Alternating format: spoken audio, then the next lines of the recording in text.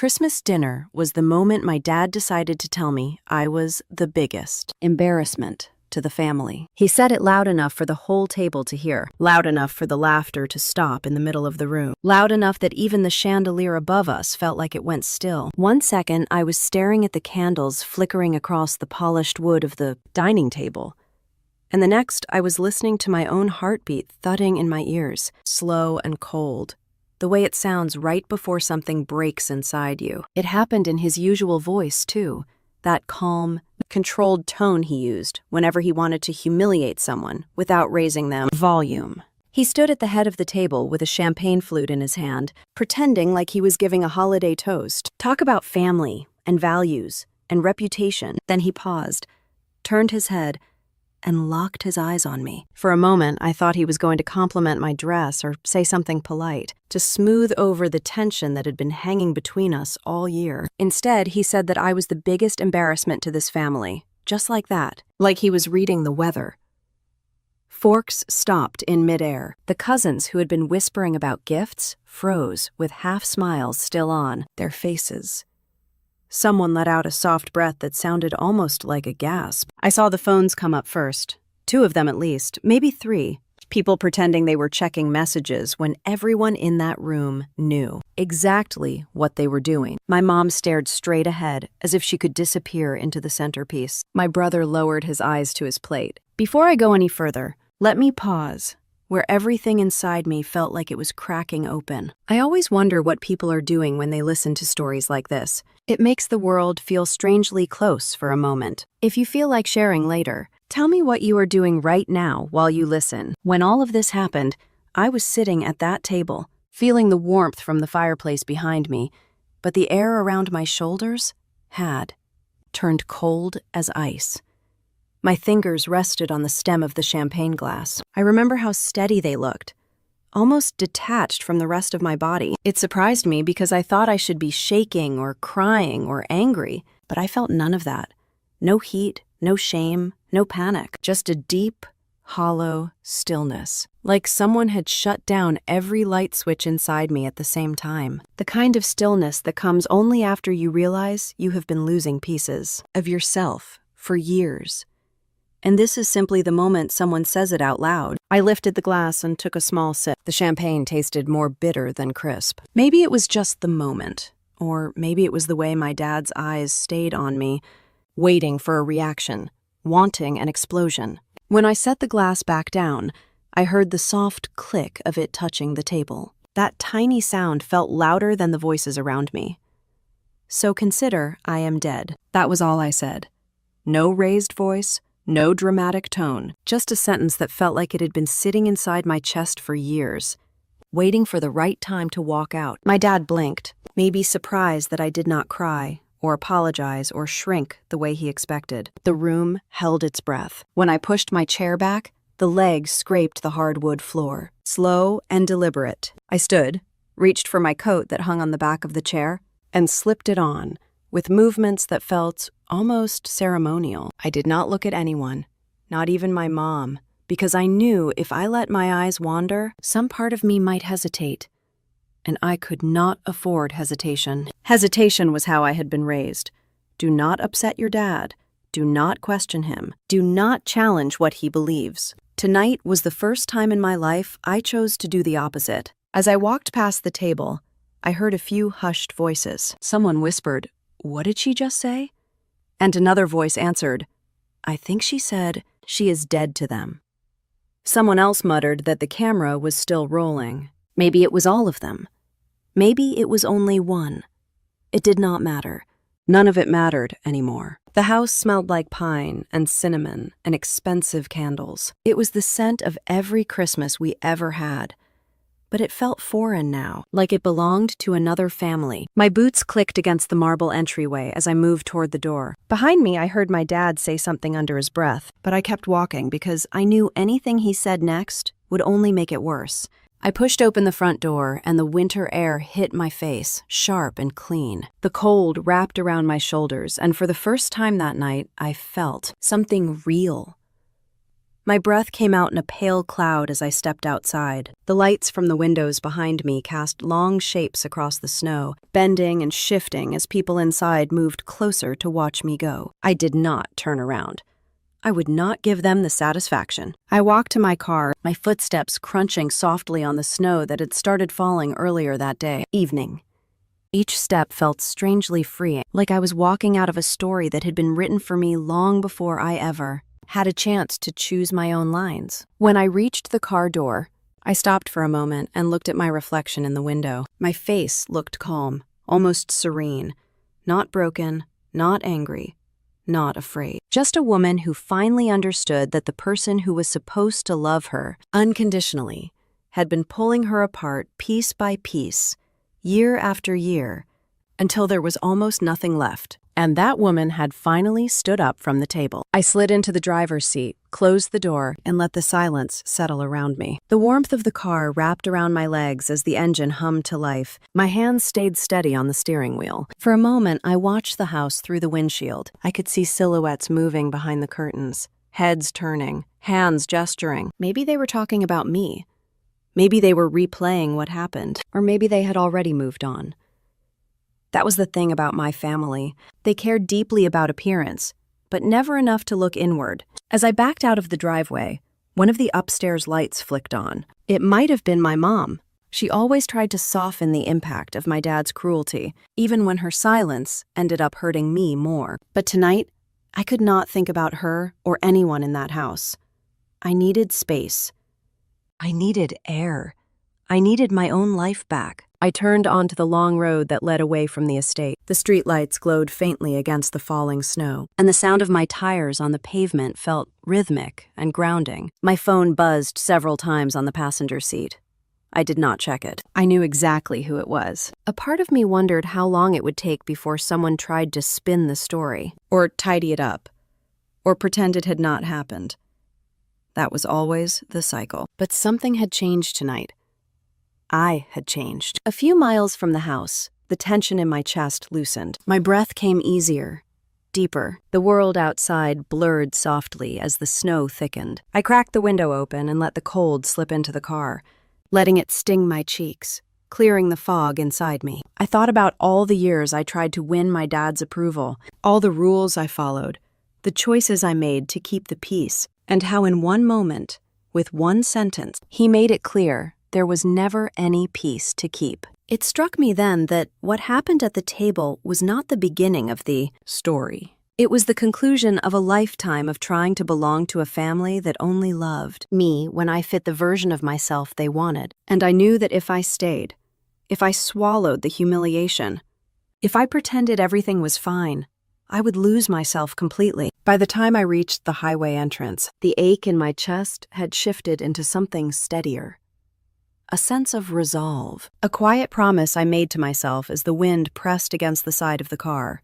That night was not just the night I walked away from a room full of people. It was the night I buried the part of me that kept hoping they would change. And as the snow kept falling and the city lights blurred into long, soft streaks ahead of me, I knew one thing for certain. That moment at the dinner table did not only end Christmas. It ended my place in that family. I was driving towards something else now, something I had not felt in a long time. Space, freedom, and the beginning of everything that came next. The highway opened in front of me, wide and almost empty. The kind of quiet stretch you only get on Christmas night when most people are home, eating leftovers or drifting off to sleep in houses filled with soft lights and familiar voices. My world felt nothing like that. The farther I drove from my dad's estate, the more unreal the night became, as if I had slipped out of my own life and into someone else's story. The road kept humming beneath the tires, steady and indifferent, and that indifferent sound did something to me. It let me breathe again. I did not cry. I thought I would. I expected some tidal wave of emotion or a flood of anger to hit me the moment I pulled away from that house. But there was nothing, just that strange, hollow quiet spreading through my chest like fog. My eyes stayed dry. My breath was slow. I felt present in my body for the first time in months, maybe years. I think life, it does not shock you. It just confirms what you already knew deep down, but could not yet admit. The phone on the passenger seat lit up again. Another vibration rolled across the leather. Then another. And another. I did not have to pick it up to know the order. Mom first. Her calls always came in waves when she was afraid of my dad's temper. Then my brother, probably hoping to calm the situation, or at least gather information before it, spread to the rest of the family. After that, the ones who only wanted to know the story so they could repeat it somewhere else. Later, I let the phone pulse and glow without touching it. By the time I reached my apartment building on the north side of Charlotte, the cold had settled deeper into the night.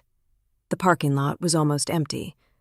A thin layer of frost had begun to spread across the cars that had been sitting still for hours. I parked in my usual spot near the front entrance and turned off the engine. The sudden silence inside the car felt thick, like the air shifted and settled around me. I leaned back in the seat and closed my eyes. The image of my dad raising that champagne flute floated up again, the way the light from the chandelier hit the glass. For years, I thought that light meant something.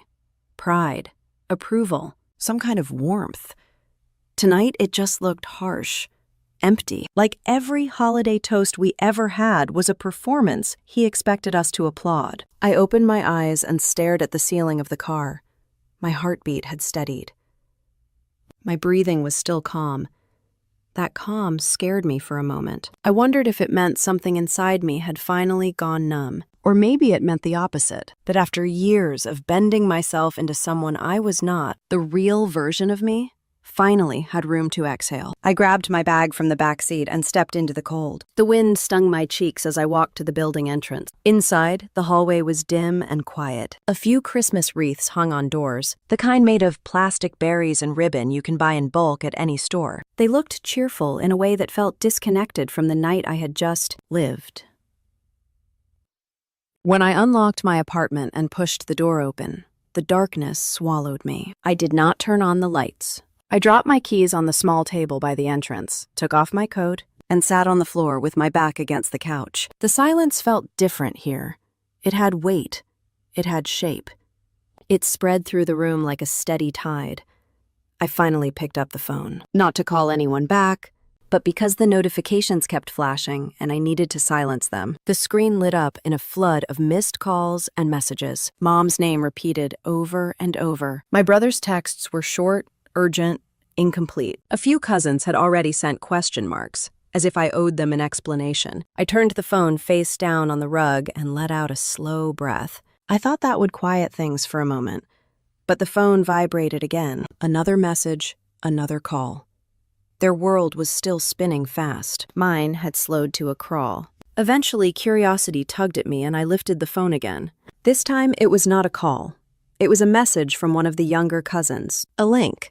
No words, just a link. My stomach tightened because I knew what it was before I even tapped it. The video. The moment. My dad speaking. My face. My voice saying, "So consider, I am dead." Someone in that room had uploaded it to the family chat, and from there, it had already slipped into the hands of people who did not care about me at all. That was the danger of a family obsessed with appearances. Every private humiliation had the potential to become public evidence. I pressed play. Watching myself from the outside did something strange to me. The girl on the screen looked fragile but composed. The calmness in her voice was unsettling. I watched her take that sip of champagne and set the glass down so gently it almost looked rehearsed. I listened to the sentence fall from her lips. "So consider, I am dead." I watched her stand and walk out of the frame while the room behind her fell into chaos. The sound of the room reacting was louder in the recording than it had been in person. A few gasps, a muffled laugh from someone who thought it was dramatic, a whispered comment, and the scraping of chairs. It was messy and human in a way my family hated to be seen, and somehow that made me feel a quiet sense of release. I replayed the video once more, then a third time, but because watching it felt like watching the exact moment a lifetime of pressure finally cracked open. Something inside me loosened with each viewing, not happiness, not satisfaction, just a tired sort of relief. The truth had been spoken, and there was no way to tuck it back in. I set the phone down again, this time turning it off completely. The screen went black and stayed black. No more vibrations. No more buzzing. The silence that followed felt like someone had finally turned down the volume in a room where the noise had been screaming for years. I leaned my head back against the couch cushion and closed my eyes. The darkness of the apartment pressed around me, soft and familiar. I could still hear the faint echo of my dad's voice in my memory, and the way the entire table had held its breath after he said the words. It felt distant now, like a scene from a movie I had seen too many times. I sat there for a long time without moving. I do not know how long exactly. Time felt stretched and slow. My thoughts drifted through old memories, birthdays where my dad barely looked at me, holidays where the rules mattered more than the people, arguments where I was expected to apologize for hurting his feelings, even when he was the one who tore into mine. Years of trying to be enough for someone who had already decided I was less. At some point, I stood up and walked to the window. The city lights shimmered against the night sky. Snow was still falling, soft and steady. The world outside looked peaceful, untouched. It felt strange to know that somewhere out there, my family was probably scrambling to contain the narrative, while I stood alone in my apartment, feeling both hollow and strangely unbound. I told myself I would not go back. Not tonight, not tomorrow, maybe not ever. For the first time, that thought did not terrify me. It felt earned. I went to the kitchen and poured myself a glass of water. My hand stayed steady. I took a sip and stared at the counter, the familiar shape of my life here, the life I had built, separate from the family name. A quiet life, but mine. No champagne flutes, no speeches, no cameras waiting to catch my reaction. When I returned to the living room, the darkness felt softer somehow, as if the room understood what had happened and was granting me a kind of fragile safety. I sat on the couch and pulled a blanket over my legs. The exhaustion finally hit me, the kind that does not come from crying or fighting, but from realizing how long you have been carrying something heavy. My phone remained off across the room. That alone felt powerful. A boundary drawn without apology. I knew the messages would keep coming. I knew Mom would try again. I knew my brother would reach out in a calmer tone. They would want explanations, reassurances, or at least some version of the story they could repeat while protecting the family image. But not tonight. Tonight, I let the silence do the talking. When the phone vibrated one last time before powering down, I glanced at the screen. A message had slipped through before the shutdown. Just a few words from Mom. "Please come home. We need to talk." I stared at the message, letting it hover in the dim light of the apartment. Then the screen went black. I did not answer. I was not ready to step back into their version of the world. Not yet. I leaned into the quiet and let the night settle around me, knowing this was only the beginning of what would come next. I sat in the quiet a little longer after the screen went black, letting the dim shape of the room settle around me. I thought exhaustion would pull me under, but my mind would not rest. It kept circling the message from Mom, the tone behind it, the fear woven into it. I was not ready to respond, not ready to re-enter that orbit again. So I stayed still and breathed through the heaviness in my chest, waiting for the silence to soften. It did, slowly, enough that I finally pushed myself up from the couch and walked down the hall toward the bedroom. I had barely reached the doorway when I heard a soft knock. It was quiet, almost hesitant, the kind that did not belong in this building unless someone knew exactly which door they were coming to. I froze for a moment, wondering if it might be a neighbor, or worse, someone sent by my family. I waited, listening for another knock. It came a few seconds later, a little firmer this time. I walked back through the living room and looked through the peephole. The hallway light flickered slightly, casting a warm circle around the person standing outside. It was Caleb. His shoulders were hunched against the cold, his hands in the pockets of his jacket. He looked like someone who had been sitting in his car for a while before gathering. The nerve to come up. I unlocked the door and stepped aside to let him in. He walked past me slowly, his eyes moving over the darkness of the apartment as if trying to understand them. The kind of night I had just lived. He did not touch anything. He did not even take off his coat at first. He just stood there for a moment, then turned toward me with an expression I had never seen on his face before. Something heavy, something protective. I asked him how long he had been downstairs. He said only a few minutes. His voice was soft and steady, but I could hear a strain beneath it. He finally shrugged out of his coat and draped it over the chair. Then he looked at me again, and I felt the shift in the air between us. That quiet pause people take when they are about to say something that will change the ground you are standing on. He told me that he had met with my dad earlier that day. He said it calmly, but the words still hit me hard enough that I gripped the back of the couch to steady myself. I asked him why. He said he had not planned it.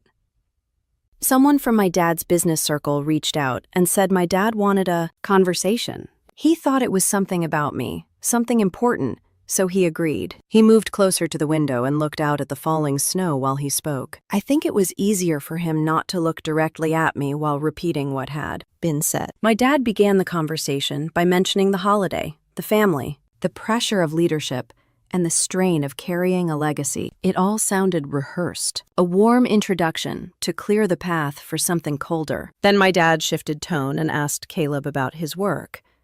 Caleb told him the truth, that he was a freelance photographer with a decent reputation, that he had steady clients, and that he liked the independence of the career he had built. My dad looked unimpressed. According to Caleb, my dad said photography was not a real profession. He called it flimsy and temporary, the kind of artistic hobby people pursued when they did not have the discipline for something substantial. He asked Caleb how he planned to support a wife or children on such an unpredictable income. Caleb told him he had no intention of forcing me into anything, and that we respected each other's careers. My dad did not accept that. He said that women my age often got confused by so-called passion-driven paths, but those phases faded eventually. And what mattered in the end was stability and reputation. Hearing those words come out of Caleb's mouth made my stomach twist. I knew my dad saw me that way, but to hear him say it out loud to someone I cared about felt like a new kind of violation. My dad continued. He told Caleb that he was not the right man for me, that he came from a different world, that he did not fit the expectations of our family. He said it so smoothly that anyone listening might have thought he was giving measured advice instead of delivering a quiet insult. But the worst part was when he said that if Caleb cared about me at all, he would step aside and let the family fix the confusion I was in. He even implied that there was someone more suitable waiting, someone already approved and aligned with the Mitchell reputation. Caleb finally turned from the window. There was something tight in his jaw, something wounded but contained. He said he had tried to keep the conversation civil, but my dad pushed until it no longer felt like a discussion. It felt like an order. My dad told him that dating me was pulling me off track, that he was partially to blame for the distance I had been placing between myself and the family expectations. He said Caleb should let me go so I could come back home and marry the man they had chosen. Someone who would keep me safe, stable, and predictable. When Caleb repeated that last part, I felt the same coldness in my chest I had felt at the dinner table. But this time, it was sharper, heavier, because it was no longer just about humiliation in front of relatives or being labeled an embarrassment. This was about control that stretched into my private life, into my relationships, into choices that should have belonged only to me. Caleb moved closer and sat on the edge of the coffee table facing me. He reached for my hand, but